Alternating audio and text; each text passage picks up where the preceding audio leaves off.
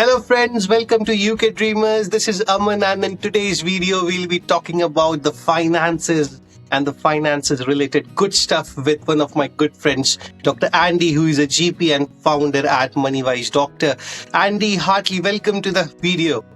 Hi, man. Thank you for inviting me to your channel. You're doing really amazing work and helping doctors and IMGs to obviously understand how this UK system works. Thank you.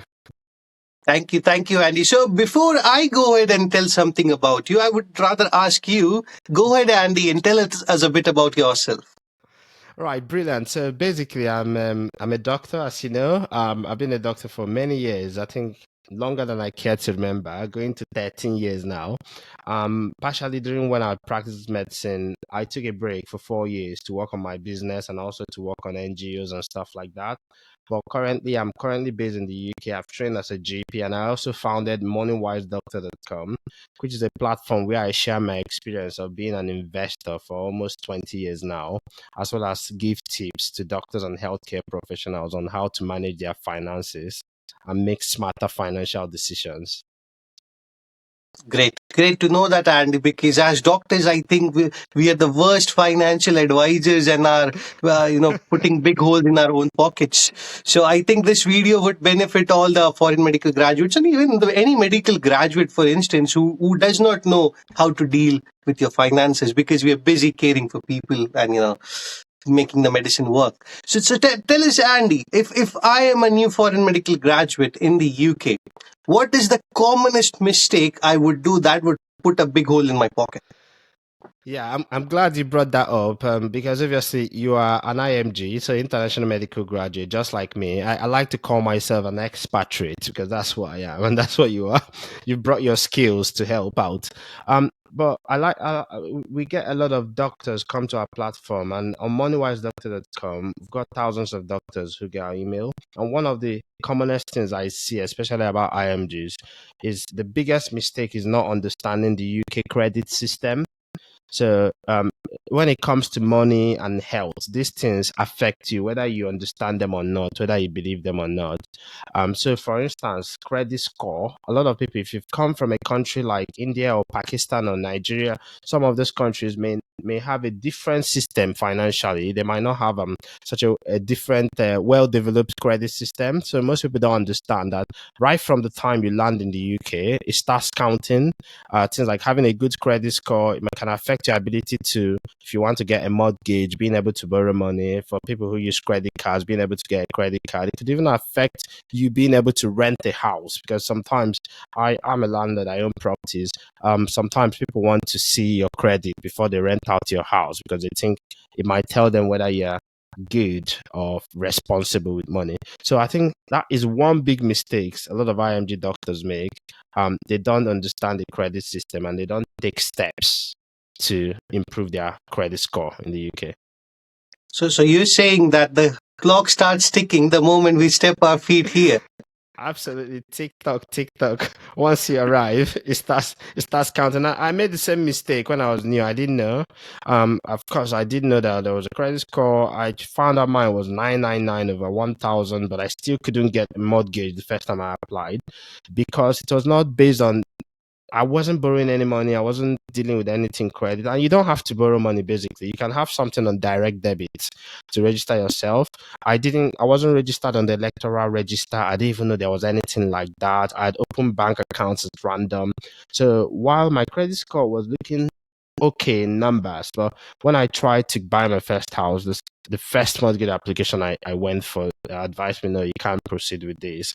Yeah, so it starts right from when you land, and it's like a brand new slate, a clean slate for you, and you can write on it as much as you like.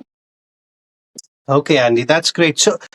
Any advice or any tips like when what I would say slightly settled in the UK, you're in your job 3 to 6 months. Yeah. Any sort of thing that we should be thinking of rather than definitely buying an expensive car or going on a exotic cruise somewhere. But yeah, anything in particular that we should be thinking as medics.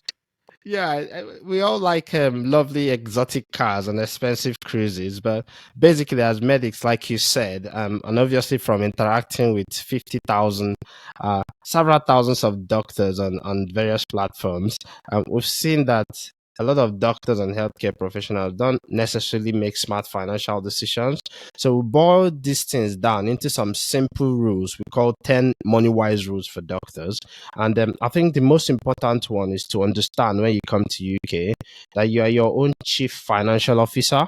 You're the one in charge of your finances. There might be an NHS pension, you might have a salary, there might be a system, but just understand that you are the one ultimately in charge. No financial advisor or insurance broker or anybody's going to make the best financial decisions for you. You can get advice from accountants, you can get advice from a financial advisor, but you need to take charge of your finances. So that's where I will start. Because without having that sort of awareness, you're not going to even start thinking of the other things. And now, once you have that awareness in place, the second thing will be obviously things like to start building what I call an emergency fund. So a lot of time people come into the UK and they say, I haven't got money to do this, I haven't got money to do that. I lost my tire, went flat, and I'm now stressed. And people get really even has sometimes mental impact. We're using words like financial burnout. The IMG is trying to do multiple shifts so that they can get a bit of money to send home and to pay for stuff. But I think the very critical thing, the next thing is to start building an emergency fund. And an emergency fund is basically 3 to 6 months worth of your normal living expenses. So if you sit down, you make a budget, how much do you really need in a month? Your obviously your rent or mortgage, if you drive a car, maybe the cost of your car, if you pay council tax, you obviously have to eat, and if you have other things you do, and for those of us who give regularly to charity, you put all that together and say this is my monthly expense. So you want to save up to 3 months at least of that monthly expense is your first thing I'll suggest, because before you invest, before you do anything else, you want to have that bit of margin so that even if things go wrong, you become unwell, or you just want to take a break, or for any reason, you have some money to fall back on. So emergency fund, really important. That's great. Thank you. I don't think even I'm ready with the fund for emergencies, despite 3 years being on the UK soil. So, I mean, Don't worry. Don't worry, at least you know and you're working towards it. yeah, I'm trying my best. Yeah, but Andy, talking about the finances, as you said, we should have the emergency funding. Yeah, which I totally agree. But don't you think it's relatively hard with the salary that we are getting, and means the cost of living going up and things getting expensive? How would you say, like, where should I extract that money from into my emergency fund? Absolutely. I think it's difficult. Obviously, in the UK now, it's not rosy for doctors, dentists, and NHS workers. There's not been a real rise in wages because of inflation, and obviously, a lot of the changes in policies are affecting medics. But at the end of the day, you cannot control the government policy. At the end of the day, you cannot control the socioeconomic environment. You cannot control inflation. What you can control is how you manage your money. And a good place to start, obviously, if you had £1,000, you'd suddenly think you need £1,000. There's something called Parkinson's law, where obviously things would obviously resources that are available for something end up being utilized for it, if I might paraphrase it. So if you think back many years ago, you probably lived on less money than you're earning now, and you're totally fine. But now you suddenly find that you're needing more and more money. So rather than trying to save money in a disciplined way, what I do suggest to doctors, dentists, and healthcare professionals is to allocate a percentage of your money and say it's going to be for savings. And this is something practical. I've done it myself. What you do is you say 15% of my income, whatever it is. And why this is good is that if your income goes up, it goes up. If your income is less, it's less. So you decide 15% of my income is going to go into savings that I'm going to use to either save for my emergency fund. And when I get there, I can then start investing. Now, you set up an automatic direct debit with your bank. You can make it a standing order or direct debit so that once your salary or income is hitting your account, that 15% goes out. What we find from surveying thousands of doctors, that we find out that the remaining 85% turns out magically being enough for them to manage their living expenses. That 15% is not going to change whether you drive a Ferrari or a Rolls Royce, or whether it's or if you drive an Audi. So just having that bit of a margin gives you a bit of freedom to think. Then second thing is not spending money buying things you don't need to impress people who don't care about you. Um, I do like a nice car. I have a couple of them in the garage, and but I didn't start that way. When I first came to the UK, I bought my first house before I bought my first car. I bought my second house before I bought my second car. And it's not the same for everyone. Some people might need a car pronto. If you've got a family, I was single when I started, but if you've got a family or you travel far for work, you might need a car quite quickly and all that. But it's just sort of like thinking about what you can really afford, not just what the credit system can borrow you. So because you're able to borrow a large amount of money to buy the latest Tesla, it's nice, but you have to think about, well, can I afford this within that 85%? So the advantage is that that 15% has gone out. So you have to then sit down. I've got to pay my council tax, which I have to pay. I've got to pay my rent. This is non-negotiable. I've got to eat food for my sustenance. These are the key essential things. Then what is left? You can then start working out, can I really afford to move to a nicer part in town? I like to live in a nice place, but I have to think, do I need to move to a more expensive place? Can I afford this car payment? I'm going to buy furniture. I've seen doctors buy furniture and engagement rings on credit, and I'm thinking, this is crazy. Why would you do that? I mean, so I think that's a second part to think about, is buy things that you need, and think about having a budget, having some control in your finances. I'm not saying the money is that big, but at the end of the day, you can only control what you can control. Then the third thing I'm going to talk about is basically thinking of alternative sources of income. And I'll say, before you start thinking of investing, because investing is long term. I've been investing for almost 19 years now. Before you start investing, I'll say you need to also think about alternative sources of income. Don't invest in emergency fund, but you can start thinking of extra side hustles. For instance, you've got a side hustles, UK Dreamer. I'm sure at some point it probably get you some pay. But for me, I've had a shop, babybumper.com, which was an e-commerce business. While I was still doing my training, I'll do something. Some people do extra shifts, which is nice. Obviously, not at the cost of your health. There are a few other things. Sometimes some people do things like do extra tutorials. I've had doctors who actually are examiners for medical school. There are other sorts of side hustles. I've bought and sold websites. Some people buy and flip things on eBay. Doctors can do things like podcast and the rest of it. But obviously, it doesn't matter. You have to think of your current skills and think of what sorts of extra income can I make. And doctors say, I'm very busy. I don't have the time for that. And that is fine. For instance, if you are busy with your training, you're writing your exam, then maybe it might not be the best time to be starting something new. But that takes us back to what you can control, how much you're spending. Absolutely. I mean, the best advice I think you mentioned there was getting a direct debit directly, about 10 to 15% from your salary, because yeah, I mean, it would be a commitment and then you can't step back from it. I think that's a great idea. I'll try to replicate that on my practice. But for If you guys and girls, I mean, that's a very good idea Andy has made, and I would definitely go ahead with it. if you try it, it's going to radically transform your finances. I've done it for almost 20 years. I've done it when I was earning less than £100 a month, and I've done it when I was earning like 100 or 200 times that. I've done it when I was earning far more than that. So it's not based on the amount you're earning, it's based on a percentage. And I do the same. There's a percentage of my money that goes to charity, there's a percentage of my money that I can allocate to buying a house. Like, for instance, I say to people that your mortgage payment should never be more than a third of your monthly income. If it's more than a third, maybe you can't really afford that place. I know you might live in London, but think about it. If a third of your income is going to paying for a house, you don't have that much money to save or to pay school fees and all that. And I know you might want your child to go to the best private school, and I do want that for you as well. But can you really afford it? I mean, you might have to do an extra job and all that. It's really things to think about. So we can't control what you get paid as a doctor. Now, I'm grateful for what BMA is doing. Obviously, BMA, junior doctor strike, and all that. But we don't control the outcome of that. What you can control is how you make use of the money that actually comes to you. Yeah, yeah, definitely, Andy. That's a great point. So in a nutshell, if you say like if someone's making, say, a junior doctor who's on ST1 post now, so the take home is roughly about on a hospital post is about 3,400 pounds. Mm. So how much can they actually save if they've got a family and they're living in a smaller town? I'm not saying London or Oxford or anywhere. What would you say? 10-15% of that. What else can you put the magic in then?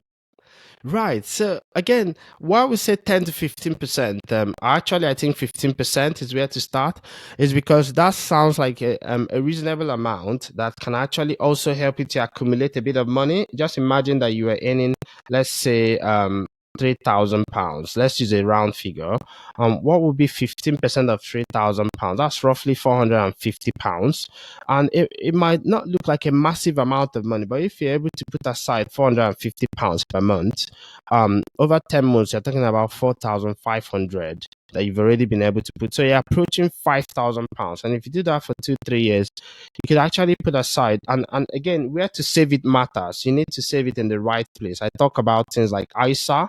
So in the UK, there's special tax protected accounts. So if you're saving it in a cash ISA, you make interest that are not taxed. And again, if you're planning to buy your first house or you're saving for retirement and you're less than 40 years, you can save it in a lifetime ISA, which means that if you can save any money you save in that account, the government gives you 25% bonus on whatever you save.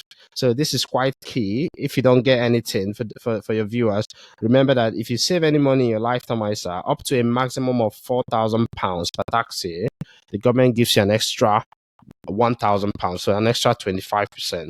So that just being aware of those things already starts to increase the amount of money that you have at your disposal.